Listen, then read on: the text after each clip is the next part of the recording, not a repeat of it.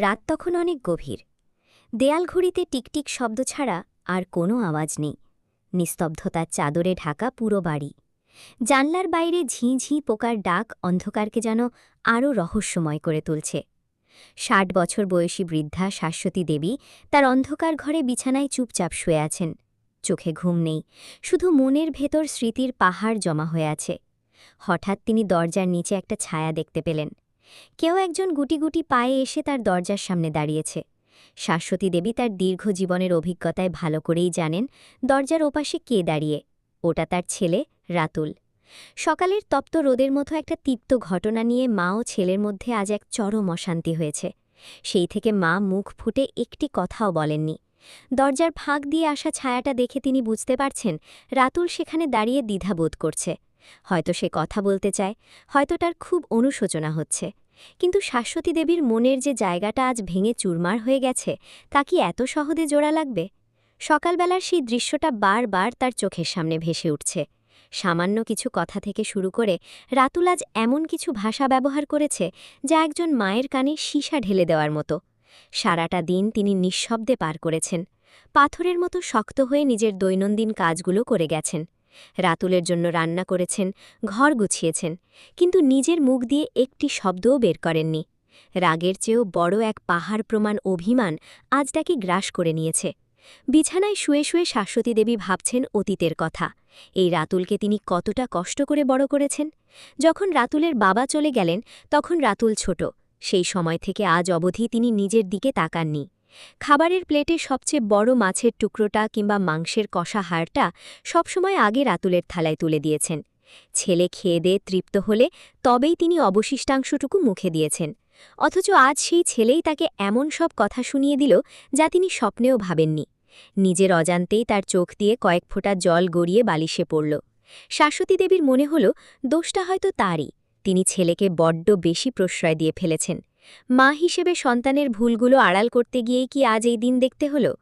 আজ রাতুল তাকে নিয়ে যেসব কথা বলেছে তা তার মনের গহীনে এক গভীর ক্ষতের সৃষ্টি করেছে। এই আঘাত থেকে বেরিয়ে আসা যে কতটা যন্ত্রণাদায়ক তা কেবল একজন মাই জানেন। রাতুল এখন অনেক বড় হয়েছে, নিজের পায়ে দাঁড়িয়েছে। হয়তো সে ভাবছে তার মা এখন তার জন্য বোঝা হয়ে দাঁড়িয়েছে। নিজের স্বার্থের অন্ধগলিতে হারিয়ে গিয়ে সে একবারও ভাবল না তার মায়ের মনের অবস্থা কী। আজকের এই নিঃসঙ্গ রাতে বারবার রাতুলের বাবার কথা মনে পড়ছে। তিনি বারবার সতর্ক করেছিলেন, কিন্তু শাশ্বতী দেবী তখন ছেলেকে নিয়ে এতটাই গর্বিত ছিলেন যে কিছুই কানে তোলেননি। শৈশবের সেই রাতুলের কথা মনে পড়লে এখনও শাশ্বতী দেবীর বুকটা হাহাকার করে ওঠে। যে শিশুটি এক মুহূর্ত মাকে ছাড়া থাকতে পারত না, রান্নাঘরে মায়ের আঁচল ধরে দাঁড়িয়ে থাকত, বাজার থেকে কিছু আনলে আগে মায়ের মুখে তুলে দিত, সেই রাতুল আজ তার সামনে এসে কথা বলতে ইতস্তত বোধ করছে। সময়ের চাকা মানুষকে কতটা বদলে দেয়। নিজে কিছু না খেয়ে রাতুলের জন্য ওর প্রিয় মিষ্টি তেলের রুটি বানিয়ে রেখেছেন শাশ্বতী দেবী। যতই ঝগড়া হোক, মা তো মাই। ছেলের খালি পেটে থাকা তিনি সহ্য করতে পারেন না। কিন্তু মনে মনে তিনি এক কঠোর সিদ্ধান্ত নিয়েছেন। রাতুল যতক্ষণ না নিজে থেকে এসে মন খুলে ক্ষমা চাইবে এবং তাকে মা বলে সম্মানের সাথে ডাকবে, ততক্ষণ তিনি দরজাও খুলবেন না আর তার সাথে কোনো সম্পর্কও রাখবেন না। আজ শুধু ক্ষমা চাইলে হবে না, তাকে বোঝাতে হবে যে সম্পর্কগুলো কোনো পণ্য নয়। রাত যত বাড়ছে, শাশ্বতী দেবীর ঘরের দরজার বাইরের সেই ছাড়াটা ততই যেন অস্থির হয়ে উঠছে। রাতুল জানে সে অন্যায় করেছে। এই মধ্যরাতে সে হয়তো তার অপরাধের ভার সহ্য করতে না পেরে মায়ের কাছে এসেছে। কিন্তু শাশ্বতী দেবী আজ চুপ করে বসে আছেন অন্ধকারের মাঝে। এক ফোঁটা ঘুম তার দুচোখের পাতায় নেই, শুধু আছে দীর্ঘশ্বাস। ছেলের প্রতি ভালোবাসার মায়া আর আজকের অপমানের দহনের মধ্যে তিনি আজ এক কঠিন যুদ্ধে লিপ্ত। শাশ্বতী দেবীর এই ছোট পরিবারে এখন ৩ জনের বাস। তিনি, তার ছেলে রাতুল এবং রাতুলের স্ত্রী পৃথা। রাতুলের বাবা মারা যাওয়ার পর এই সংসারটিকে তিনি নিজের রক্ত দিয়ে আগলে রেখেছেন। রাতুল যখন চাকরি পেল, শাশ্বতী দেবীর আনন্দের সীমা ছিল না। তিনি ভেবেছিলেন এবার হয়তো তার একটু বিশ্রামের সময় হবে। কিন্তু রাতুল বাড়িতে আসার কয়েকদিনের মধ্যেই পৃথাকে নিয়ে আসে। তারা ভালোবেসে বিয়ে করেছে, অথচ রাতুল তার মাকে একবারও জানাবার প্রয়োজন মনে করেনি। সেই দিনটিই ছিল শাশ্বতী দেবীর হৃদয়ে লাগা প্রথম বড় আঘাত। তবুও মা হিসেবে তিনি সব মেনে নিয়েছিলেন। পৃথাকে নিজের মেয়ের মতো গ্রহণ করার চেষ্টা করেছিলেন, ভেবেছিলেন ৩টে মানুষ মিলে ছোট্ট একটা সুখী স্বর্গ গড়ে তুলবেন। কিন্তু বাস্তবে দেখা গেল উল্টো চিত্র। পৃথা কোনোদিনই শাশ্বতী দেবীকে সম্মানের নজরে দেখেনি, বরং সবসময় একটা দূরত্ব বজায় রাখত। রাতুল কেন তার মাকে অত সময় দেয়, কেন তার মায়ের সাথে পরামর্শ করে টাকা খরচ করে, এই সব নিয়ে পৃথার মনে এক বিষাক্ত ঈর্ষা দানা বাঁধতে শুরু করল। পৃথা আধুনিক জীবনযাত্রায় অভ্যস্ত। তার কাছে জীবন মানের রেস্টুরেন্টে খাওয়া, সিনেমা দেখা আর দুহাতে টাকা ওড়ানো। অন্যদিকে শাশ্বতী দেবী ভাবতেন ভবিষ্যতের কথা। এখন যদি সঞ্চয় না করা হয়, তাহলে বিপদে কে পাশে দাঁড়াবে? এই সামান্য চিন্তাগুলো নিয়েই সংসারে অশান্তি শুরু হলো। পৃথা চাইতো রাতুলের সব বেতন যেন তার হাতে থাকে এবং শাশ্বতী দেবী যেন শুধু একজন আশ্রিতার মতো জীবন কাটান। অশান্তি যখন চরমে উঠত, তখন রাতুল অসহায় হয়ে তার মায়ের ঘরে এসে শুয়ে থাকত। পৃথা সেটাকেও বাঁকা চোখে দেখত। আস্তে আস্তে পৃথার বিষাক্ত কথাগুলো রাতুলের কানেও প্রভাব ফেলতে শুরু করল। সেও বুঝতে পারছে না যে তার মা যা বলছেন তা তাদের মঙ্গলের জন্যই, বরং তার মনে হতে থাকল মা কেন মাঝখানে বাধা হয়ে দাঁড়াচ্ছেন। আর এই ভুল বোঝাবুঝি থেকেই আজকের সেই ভয়াবহ সকালের সূত্রপাত। শাশ্বতী দেবী যখন রাতুলের কাছে সংসারের খরচের জন্য মাসের বেতন চাইলেন, তখন রাতুল গম্ভীর মুখে বলে দিল যে সে সব টাকা পৃথাকে দিয়ে দিয়েছে এবং এখন থেকে পৃথাই ঘর চালাবে।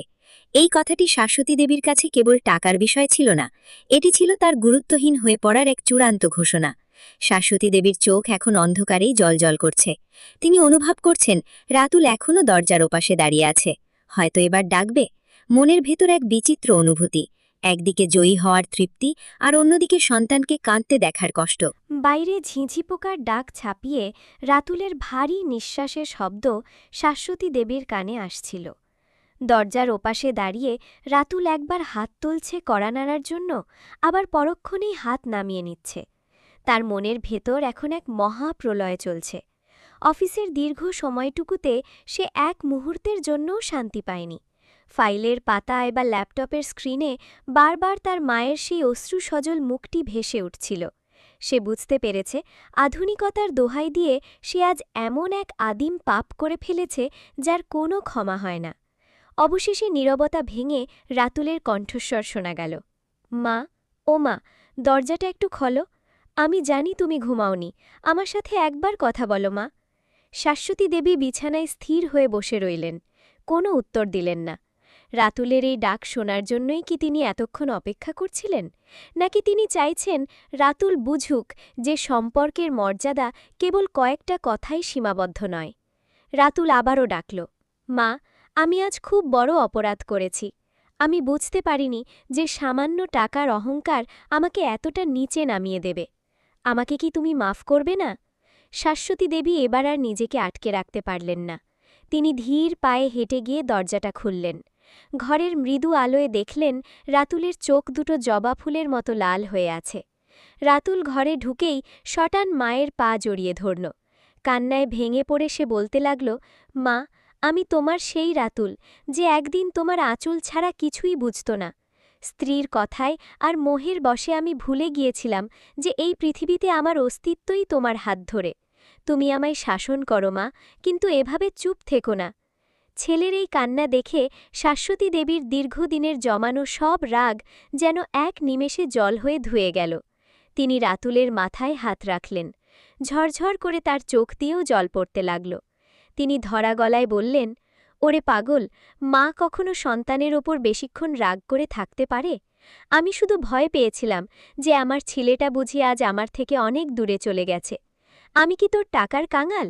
আমি তো শুধু চেয়েছিলাম তুই যেন আমায় ব্রাত্য করে না দিস। রাতুল পকেট থেকে তার বেতনের খামটা মায়ের হাতে দিল। সে বলল, মা, আজ থেকে এই সংসারের চাবি আর দায়িত্ব সব তোমার। পৃথা ভুল বুঝতে পেরেছে। আমরা আবেগের বশে ভুলে গিয়েছিলাম যে একটা গাছকে যেমন মূল ছাড়া কল্পনা করা যায় না, তেমনি আমাদের এই পরিবারও তোমাকে ছাড়া অসম্পূর্ণ।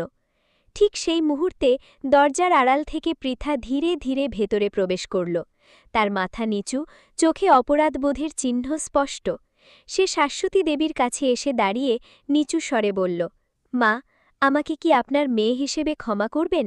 আমি ভেবেছিলাম আমি সব বুঝি, কিন্তু আজ বুঝতে পারছি যে একটা ঘরকে পরিবার বানাতে আপনার মতো এক অভিজ্ঞ বটবৃক্ষের ছায়া কতটা প্রয়োজন। আমি আপনার আর রাতুলের মধ্যে যে তিক্ততা তৈরি করেছি তার জন্য আমি লজ্জিত। শাশ্বতী দেবী অবাক হয়ে পৃথার দিকে তাকালেন।